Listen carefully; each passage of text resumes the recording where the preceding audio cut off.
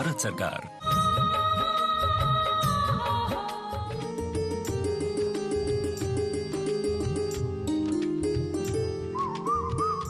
किसान भाइयों बहनों नमस्कार। स्वागत है आप सभी का आपके पसंदीदा कार्यक्रम कृषि दर्शन में। भाइयों, आप सबको भी जानकारी होगी कि जब भी हम अपने कार्यक्रम की शुरुआत करते हैं तो कोई एक नया समसामयिक विषय लेते हैं कृषि से संबंधित और उसी पर हम चर्चा करते हैं अपने विशेषज्ञ के द्वारा। तो आज भी हमारा एक ऐसा विषय है जो वाकई में चर्चा के काबिल है। जी हाँ, मसालों की फसल की वैज्ञानिक खेती कैसे करें, इस पर आज हम चर्चा करेंगे और वाकई में ये बड़ा जिज्ञासा भरा विषय है। इस विषय पर बात करने के लिए आज हमारे साथ आज के हमारे विशेषज्ञ मौजूद हैं। डॉक्टर देवराज सिंह, आप कृषि विभाग इन्वर्टिस विश्वविद्यालय बरेली से हैं। तो सर, आपका हमारे कार्यक्रम में बहुत बहुत स्वागत है। सर धन्यवाद सर। सर, सबसे पहले तो हमारे किसान भाइयों को ये बताइए, जब क्योंकि अधिकांश किसान भाई बहन हमारे जो हैं वो परंपरागत खेती तो जानते हैं, लेकिन जब मसाले की बात आती है तो मसाला तो खाना हर कोई जानता है, लेकिन मसाले की खेती के बारे में अधिकांश लोग नहीं जानते हैं। तो मसाले की खेती क्यों करें और कैसे करें? पहली बात तो मसाला हमारे देश की पहचान है। मसालों की सुगंध पाके ही अंग्रेज हम पे आक्रमण करने आए थे। तो मसाला हमसे जुड़ा हुआ चीज, जैसे बोलते हैं ना जमीन से जुड़े हुए लोग, तो वैसे ही मसालों से हम जुड़े हुए लोग हैं। और विश्व के व्यापार में मसालों का जो भारत का योगदान है वो बहुत अधिक है। मसाले की खेती जब हमारे किसान भाई बहन करें जी, तो प्रजातियां कौन कौन सी होती हैं, ये भी एक बहुत बड़ा विषय है, क्योंकि ये छोटा मोटा विषय नहीं है। जी जी, बहुत बड़ा विषय है सर। मसाला को अगर हम देखें तो इसको 3 भागों में हम विभाजित कर सकते हैं। जैसे बीजीय मसाले, जिनकी खेती हम उत्तर भारत में करते हैं। उत्तर भारत में अधिकांश क्षेत्र आपका, जैसे ये उत्तर प्रदेश आ गया, बिहार आ गया, राजस्थान को भी हम इसी में लेते हैं। गुजरात में भी काफ़ी हद तक जो है बीजीय मसालों की खेती की जाती है। तो हम किसान भाइयों को बता दें कि बीजीय मसाले जैसे आपका धनिया हो गया, मेथी हो गई, सौंफ, अजवाइन, नाइजेला, सोया, इन सबको हम बीजीय मसालों के क्रम में रखते हैं। दूसरे होते हैं हमारे कंद वर्गीय मसाले, जैसे अदरक, हल्दी, इनका भी अपना अलग से ही योगदान है हमारी रसोई में। और तीसरा वर्ग होता है जिनको हम लोग बोलते हैं गरम मसाले। अभी ठंडियां चल रही हैं और गरम मसालों का बहुत ज़्यादा उपयोग किया जा रहा है। तो ये गरम मसाले हमारे दक्षिण भारत में पाए जाते हैं, जिनको हम लोग अपनी वैज्ञानिक भाषा में ट्री स्पाइसेस बोलते हैं। तो ये बताइए, जैसे आपने उत्तर भारत की बात की जी, और गरम मसाले हम ज़्यादा यूज़ करते हैं अपने भोजन में, वो पूरे भारत की बात हम करें, लेकिन हम रहते उत्तर भारत में हैं। तो डॉक्टर साहब, गरम मसाले की खेती तो शायद हमसे संभव है नहीं। जी जी, तो बीजीय पर हम आ जाते हैं। तो बीजीय और कंद वर्गीय जो आपने बताया, इनमें कौन कौन सी वैरायटी है जो लेने वाली है और कौन से महीने में बेहतर होगी हमारे किसानों के? जी जी जी जी, हम दोनों चीज़ें आपको बता दे रहे हैं सर। किसान भाइयों के लिए जो ट्री स्पाइसेस हैं वो हम इसलिए यहाँ नहीं कर सकते हैं, उपयोग में नहीं ला सकते, उनकी हम फसल नहीं लगा सकते हैं, क्योंकि उनके अनुसार यहाँ की जलवायु नहीं है। तो इसलिए हम अपनी बीजीय मसाला हमेशा गर्म जलवायु उनको चाहिए होती है? सर उसके लिए हाँ, गर्म जलवायु की आवश्यकता होती है। और दक्षिण भारत की कुछ प्राकृतिक देन ऐसी है कि वहाँ पे ट्री स्पाइसेस अच्छे से होती हैं। तो सर हमारे किसान तो ये भी मन में ला सकते हैं कि मई जून में क्यों ना कर लें इसकी खेती, अप्रैल मई जून जो है। सर ये होता है ना, हर एक चीज का एक समय होता है। तो जब समय निर्धारित है, अब उनको जो टेम्परेचर चाहिए जितनी देर के लिए, वो यहाँ पे नहीं मिलेगा आपको। 2 महीने में उतना नहीं हो पाएगा। तो इसलिए हम ये खेती यहाँ पे नहीं करते हैं, जलवायु की विभिन्नता के आधार पे। तो बीजी और कंद वर्गीय की हम बात कर रहे थे सर। जी। तो कौन कौन सी वैरायटी जो है हमारे किसान भाई ले वो बेहतर रहेगा? जी जी जी, बीजीय मसालों में जैसे प्रमुख जो हमारी बीजीय मसाले हैं, जैसे धनिया हुई, धनिया की बहुत ही फेमस प्रजातियां हैं, प्रसिद्ध प्रजातियां हैं। जैसे आपकी नरेंद्र देव विश्वविद्यालय से निकाली गई नरेंद्र धनिया 1, नरेंद्र धनिया 2। ये नरेंद्र धनिया 2 जो प्रजाति है, ये मोटे दाने वाली प्रजाति है। तो धनिया को हम लोग जानते ही हैं, कभी कभी अचार वगैरह में हम लोग क्या करते हैं, ऐसे ही खड़ी धनिया प्रयोग में कर लाते हैं। और इसका मसाला भी हम पीस के सब्जियों में, अपने व्यंजनों में, विभिन्न प्रकार के व्यंजनों में हम प्रयोग करते हैं।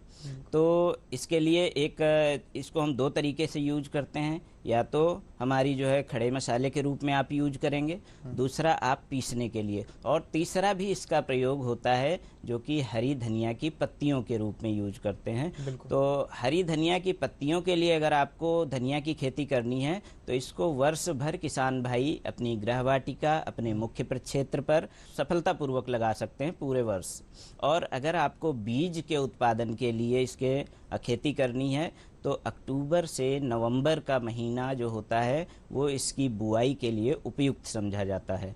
और इसी की नहीं, जितनी भी आपकी बीजीय मसाले हैं, धनिया, अजवाइन, मेथी, सौंफ, ब्लैक क्यूमिन जिसको नाइजेला बोलते हैं, सोया, इन सभी की खेती के बुआई का उपयुक्त समय अक्टूबर से नवंबर का माह उपयुक्त माना जाता है। यानी कह सकते हैं कि ठंड जो है इनके लिए ज्यादा बेहतर हाँ, रहेगा। शुरुआती मतलब आपका 20 से 25 डिग्री तापमान जो होता है वो परफेक्ट रहता है, अच्छा रहता है। हाँ, अगर ज्यादा गर्मी पड़ जाए तो फिर जो है वो सूखने लगती हैं चीजें। तो डॉक्टर साहब ये बताइए, ये तो रही बीजीए।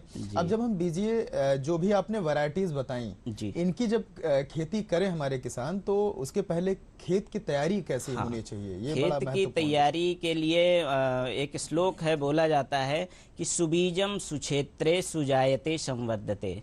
अगर सही बीज सही स्थान पर सही समय पर पड़ेगा तो निश्चित ही उसकी फलत बहुत अच्छी होगी।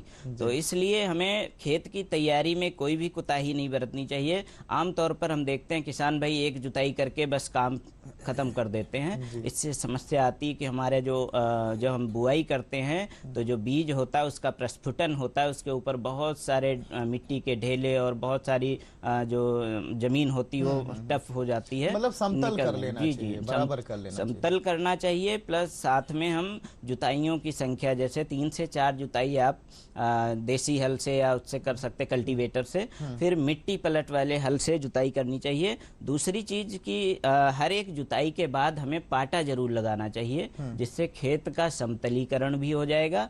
दूसरी चीज, पाटा लगाने का मुख्य उद्देश्य होता है कि हमारे जमीन में जो नमी होती है वो बनी रहती है, जो बीज के प्रस्फुटन के लिए अनिवार्य होती है।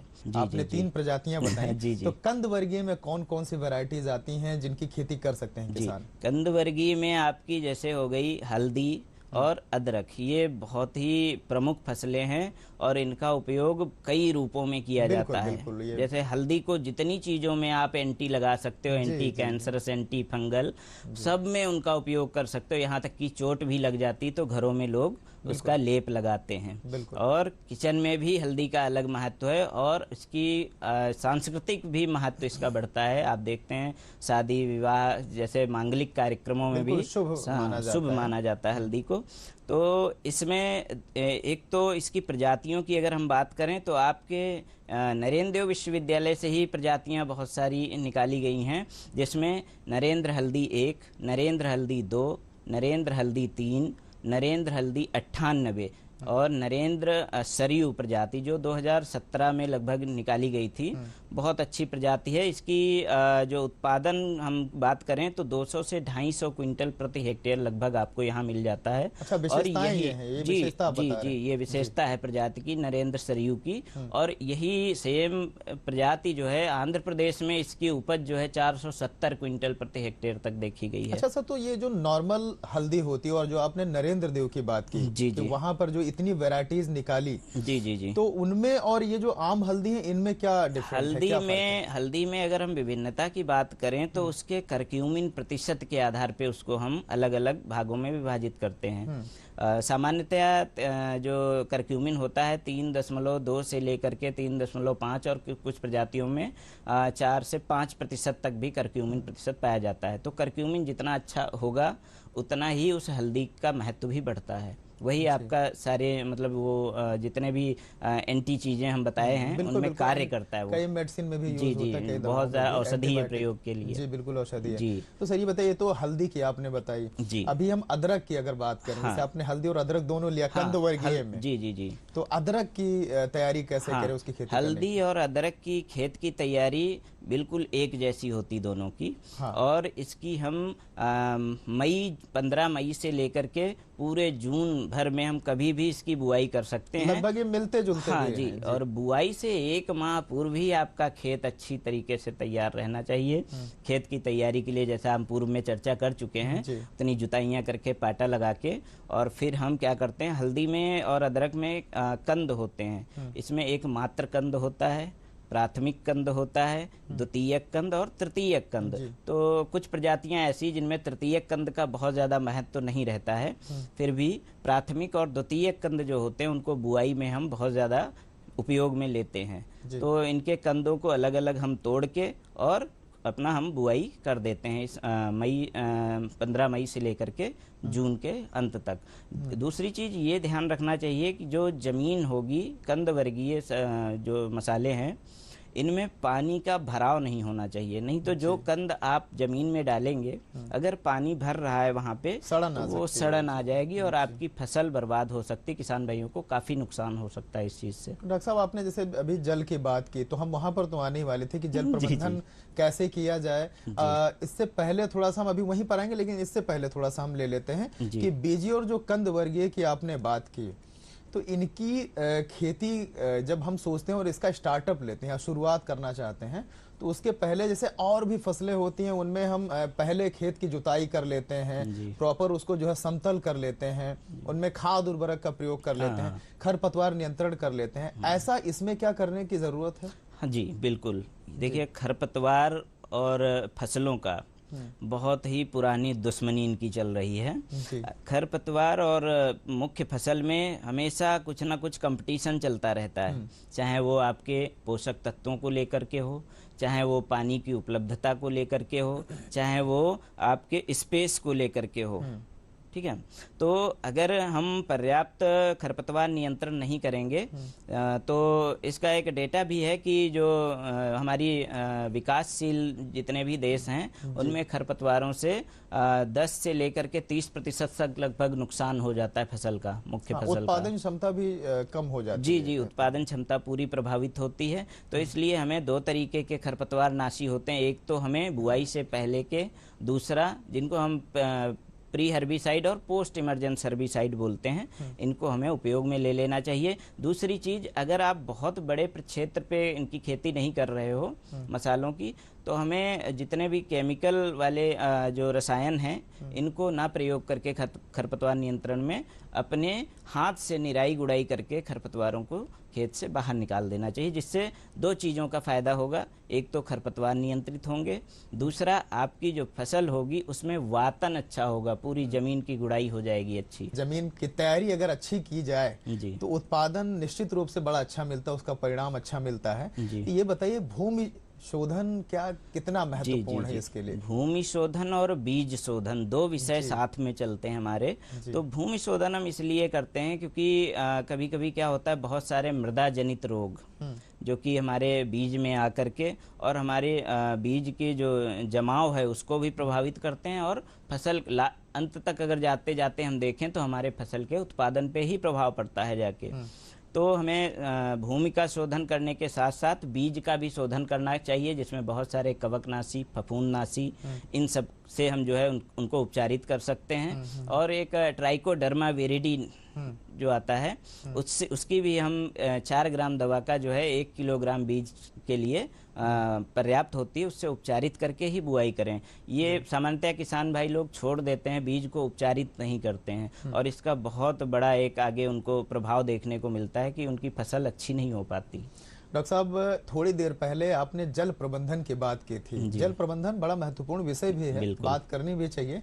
तो जल प्रबंधन धान और गेहूं का तो आमतौर पर लोग जानते हैं, नॉर्मल सब्जियों का भी जानते हैं, लेकिन जब हम मसालों की बात करते हैं तो अधिकांश लगभग 70% किसान भाइयों को नहीं पता होता है। जल प्रबंधन आपने जैसे बताया कि कंद वर्गीय में बहुत ज्यादा पानी जल भराव हो गया तो सड़न आ जाएगी, बीजीए में कुछ अलग होता है। तो सिंचाई कैसे करें, क्योंकि सस्पेंस तो बहुत ज्यादा है। जी बिल्कुल, सिंचाई के लिए इसमें बहुत कोई विशेष तरीके नहीं हैं। सिंचाई के लिए अभी एक चीज़ तो और चल रही है कि पर ड्रॉप मोर क्रॉप, मतलब एक बूंद पानी से हम जितनी ज़्यादा फसल ले सकें, तो हमें पानी की बर्बादी भी नहीं करनी है।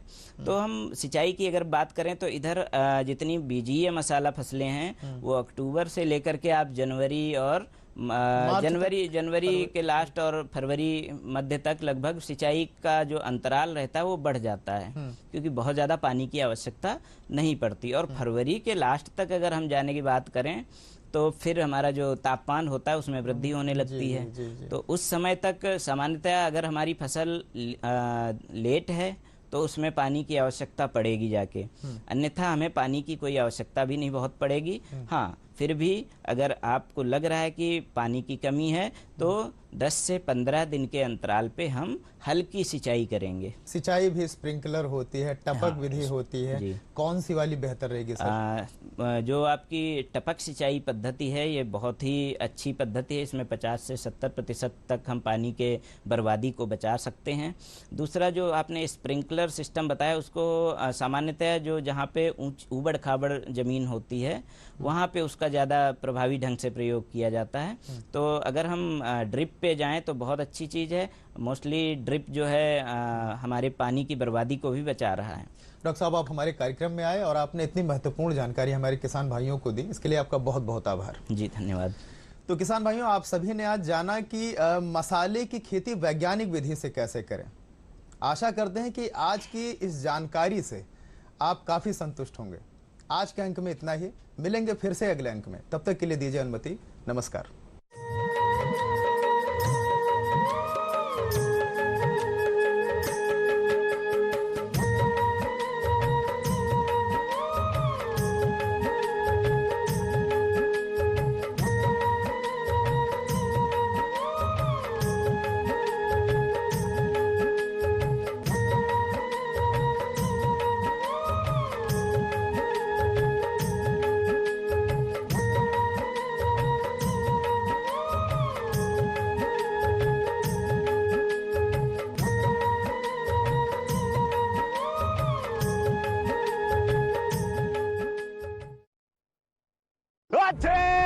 अब कोई आवाज नहीं उठेगी, ना ही कोई बगावट होगी। अगर हम लोग पलट गए तो एक भी दिन राज कर पाएंगे ये लोग। तुमको मालूम गद्दारी किया तो क्या होगा? उठो साथियों, हमारे बाहर जाने का समय आ गया। I don't want another mutiny in my regiment। आपने हमारे धर्म को ललकारा, हमारे ईमान को मारा है आपने। इस सोते हुए देश को जगा दिया।